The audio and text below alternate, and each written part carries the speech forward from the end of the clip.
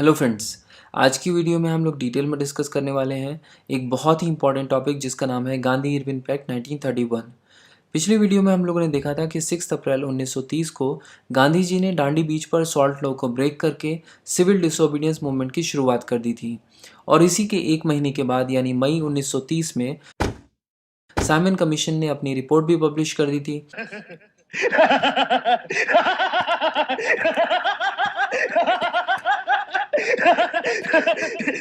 और जब इसी साइमन कमीशन की रिपोर्ट को डिस्कस करने के लिए ब्रिटिश गवर्नमेंट ने नवंबर 1930 में लंदन में first round table conference organise की, तो इंडियन नेशनल कांग्रेस ने इस कॉन्फ्रेंस में पार्टिसिपेट करने से मना कर दिया। और मना इसलिए क्या, क्योंकि कांग्रेस उस समय अंग्रेज़ों के खिलाफ सिविल डिसोबीडियंस मूवमेंट कर रही थी और जाहिर सी बात है जब वो सारी अंग्रेज़ी लॉज और इंस्टीट्यूशंस को बॉयकॉट कर रही थी तो अंग्रेज़ों के साथ बैठकर इंडियन कॉन्स्टिट्यूशनल रिफॉर्म्स पर चर्चा कैसे कर सकती है।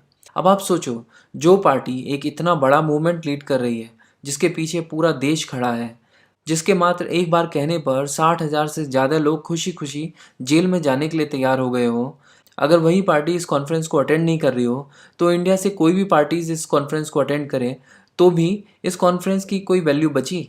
ऑब्वियसली नहीं। और ऐसा ही हुआ, first round table conference fail हो गई और उसका कोई रिजल्ट नहीं निकला। इसीलिए वाइसरॉय लॉर्ड इरविन, जो ब्रिटिश इंडिया के वाइसरॉय रहे 1926 से 1931 तक, उन्हें ब्रिटिश गवर्नमेंट ने प्रेशराइज किया कि कैसे भी करके सेकेंड राउंड टेबल कॉन्फ्रेंस से पहले कांग्रेस को मनाओ। एटलीस्ट कांग्रेस जो है वो सेकेंड राउंड टेबल कॉन्फ्रेंस में तो आनी ही चाहिए किसी भी हाल में। तो भाई ब्रिटिश गवर्नमेंट के प्रेशर देने के बाद लॉर्ड इरविन को तो एक्ट करना ही था। लॉर्ड इरविन भागे भागे गांधी जी के पास पहुंचे।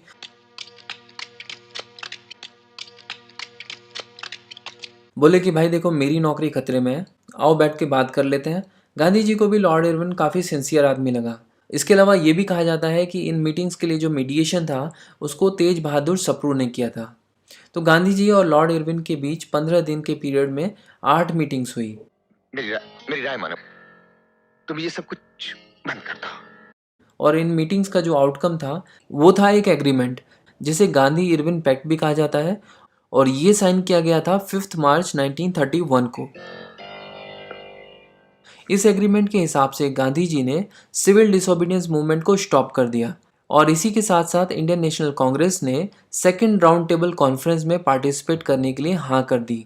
इसके बदले ब्रिटिश गवर्नमेंट ने ये एग्री किया था कि सभी पॉलिटिकल प्रिजनर्स जिनके ऊपर कोई हिंसा का आरोप नहीं है उनको इमीडिएटली छोड़ दिया जाएगा।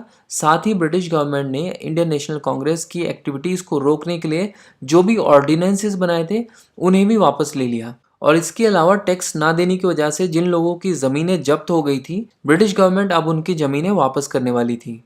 गांधी इरविन पैक्ट का नेक्स्ट इंपॉर्टेंट पॉइंट ये था कि जिन लोगों ने सिविल डिसोबीडियंस मूवमेंट के चलते गवर्नमेंट जॉब्स छोड़ दी थी, ब्रिटिश गवर्नमेंट अब उनको भी जॉब में वापस लेने वाली थी।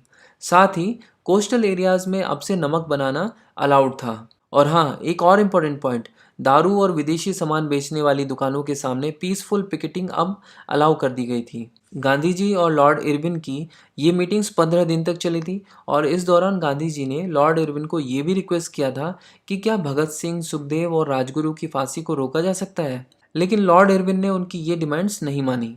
तो ये था गांधी इरविन पैक्ट। ये पैक्ट बहुत ही सिग्निफिकेंट है क्योंकि इस एक्ट में पहली बार ऐसा लगा कि दो बराबर के लोगों में आमने सामने बैठकर नेगोशिएशंस हो रहे हैं। इसे सिविल डिसोबीडियंस मूवमेंट की सफलता के रूप में भी देखा जा सकता है।